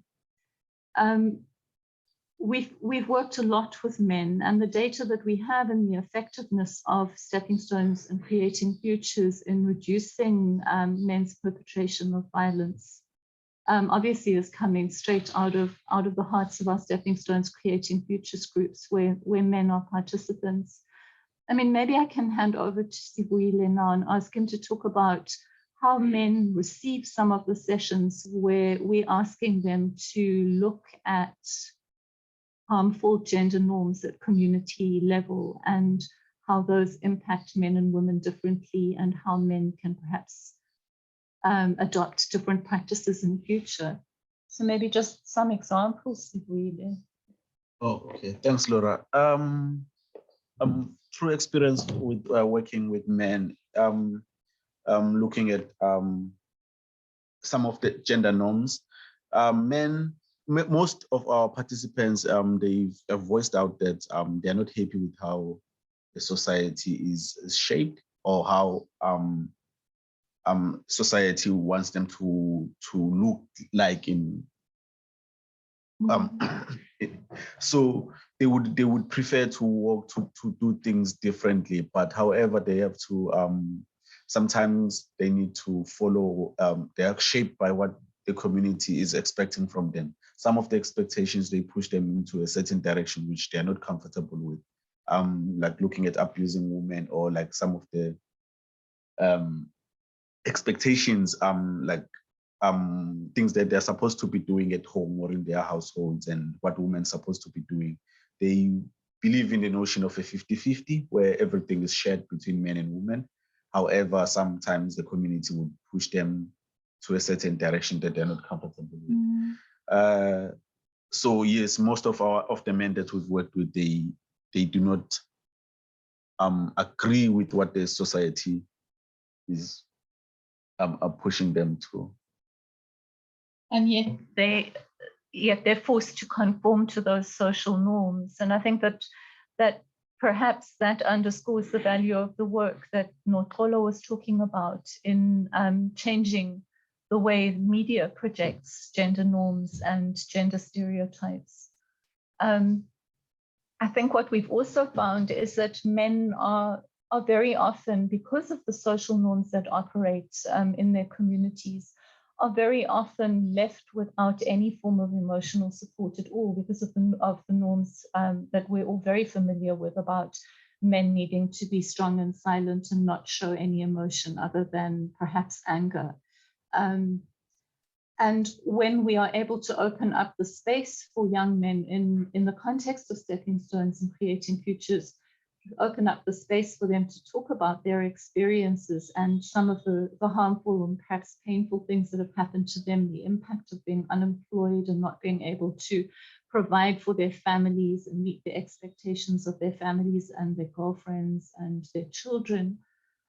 Opening up that space, we're often amazed at the ability and the eagerness, the willingness of men to take that space and to talk about their emotions and to talk about their painful experiences and to extend support to one another. And I think when we started this work, we thought that we would need to, in order to make that happen for men, because I think everybody recognized that men need to become more emotionally open and et cetera, we thought that we would need some kind of form of complex psychotherapeutic intervention, but actually what we need is a safe space where peers can gather, have some agreed guidelines for the discussion, and then men share their experiences, express their feelings of pain and shame, and are able then to support one another and move towards different practices. And I think that's one of the reasons that we're so committed to the Stepping Stones Creating Intervention, which we haven't costed yet, Esther, and we are looking for the means to be able to do a proper costing project so that we can really see exactly how much it is going to cost us to provide this as an opportunity for young men and young women across informal settlements. But I think that the willingness of young men have shown to take that space and to use it to transform their experiences is one of the things that has made us so committed to trying to find platforms to roll out the intervention. Thanks, Francie.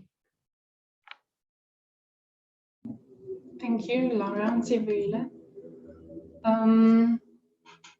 Are there more questions from the audience?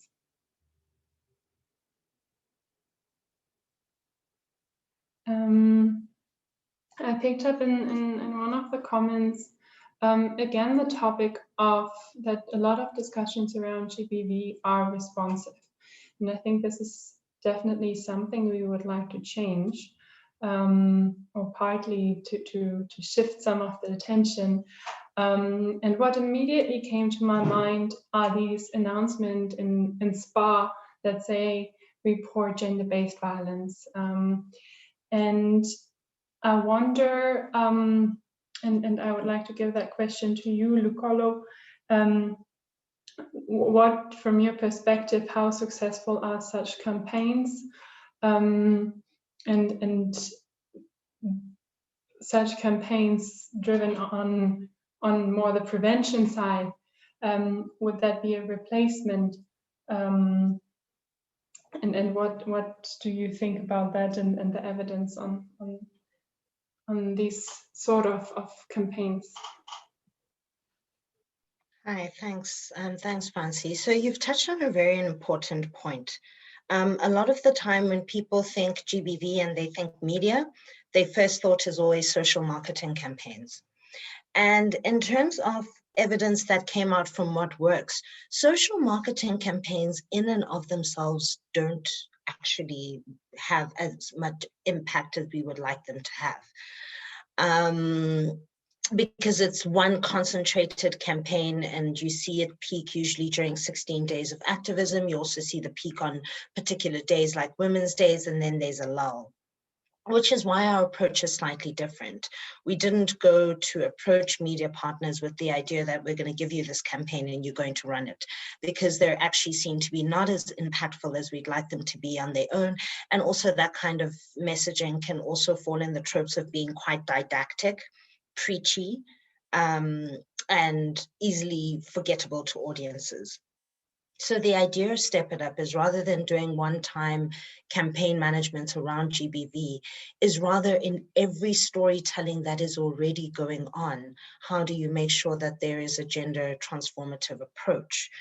Toxic masculinity, I'll pick up on from what Laura said, regarding how we work in an intersectional framework that is grounded in feminist principles, but still understands the role of men. This is very important. And toxic masculinity is something that came up in a lot of discussions with the media, specifically entertainment media, when we were talking about storytelling and portrayals of men. And the ongoing debate is always that fine line of, we are here to also reflect society as the media and creative industries, and our society is a patriarchal one and our society is a sexist one. So we're going to tell sexist stories or stories of sexist persons because this is what we do. And how do we balance that with the stream of creating a future that is more equitable, in the stream of how do you tell a story that shows the negative impacts of toxic masculinity, the negative impacts of having to live up to these tropes, and there are no easy answers. So the idea is that we take these discussions of how it is you infuse responsible gender transformative approaches in storytelling at every point of storytelling, but you also have to understand that for the media it's quite tricky. They're trying to entertain. You know, how are you going to have an action film with this perfectly lovable, non-violent, non-sexist bond character? These are very hard questions. So I'm putting these examples to say forward that we talk about this in paper to say, oh, it will be so easy for the media to transform how they tell their everyday storytelling. But if you look and you actually unpack and you start working with them, this is very complex stuff. This is very hard stuff. Storytelling for social behavior change communication cannot be done overnight. These are conversations that are still going on. And it's not as entertaining as you would think to make certain kinds of storytellings that don't have stereotypes, can actually put them on the back foot in terms of it being entertaining, because we've come to expect certain audiovisual representations of men and women in different genres, such as action films. So the long way around that is that actual campaignings on their own don't work. What it is we're trying to do, which is to infuse a gender lens in all kinds of storytelling, is exceptionally tricky business. And it's an ongoing negotiation between us, the researchers, and the media practitioners, because I'll give a question to the floor. How many of you would watch an action film that does not have a violent action hero, really? Or how would we make it a responsible, violent action hero? It's not easy. I think that's a very important comment. Lauren October actually in the chat said that well, characters often built also around violence and experience and also perpetration of violence. So there's a long way to go. It's like, how can we make gender equality sexy and interesting in media? Esther, you have your hand up. And probably you will be the one that, not disclosing us, I can do that, but at least the last panelist to speak today. No, thank you. I'm not necessarily responding to the question you've raised, but I thought I should share something that we have begun to focus on as the department, which is very, very critical to this discussion. We believe that as much as we have, evidence-based programs like stepping stones and programs that address livelihoods of women, we need to go beyond that. Remember, the focus of the NSP is to really transform and transform institutions, even in the way that they do business. And one of the initiatives that we've started is to commission 2 economists that are placed in economic cluster departments like your DTI. You know that we have the Gender Responsive Planning, Budgeting, Monitoring and Evaluation Plan. So we're using the framework to begin to monitor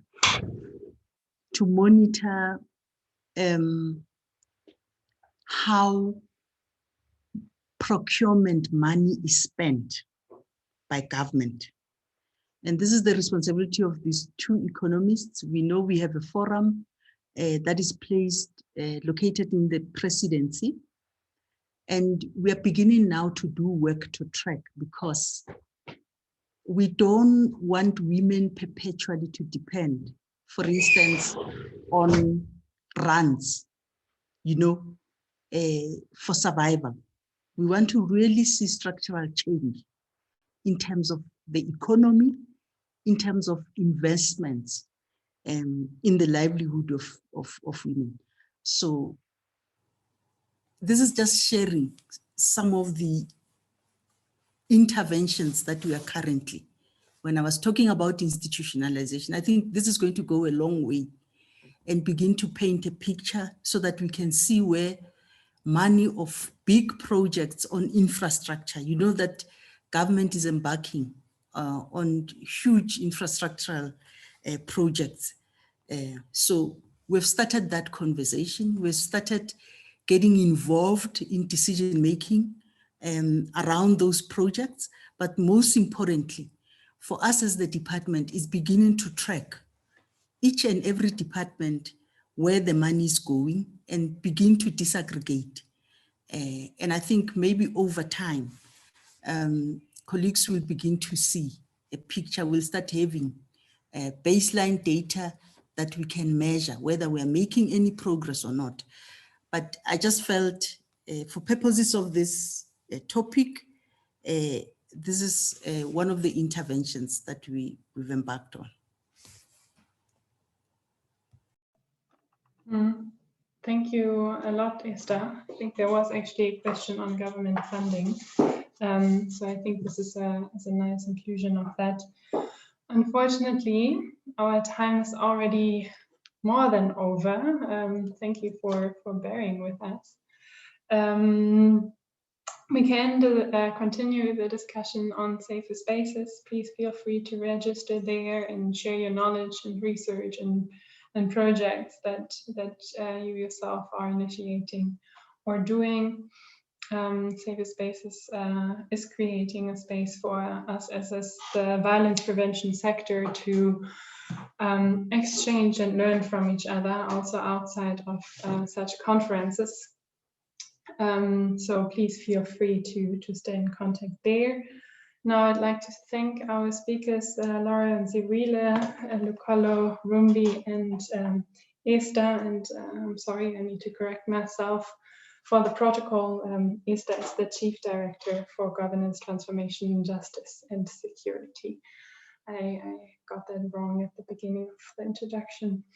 So thanks a lot for participating in the session today and even staying a bit over time. I think we made a very strong call for alignment and cooperation between government, academia, media, civil society, researchers, and also the private sector to engage in the topic of gender-based violence prevention and stop violence before it happens. And what also came out very strongly in the discussions and in the chat is that it starts with us as individuals and in our homes, in our neighborhoods, and on our streets. So I think that's a nice call to send you all home with. We will be sharing the presentations and the recording of this session. So thanks a lot and have a wonderful afternoon, everybody.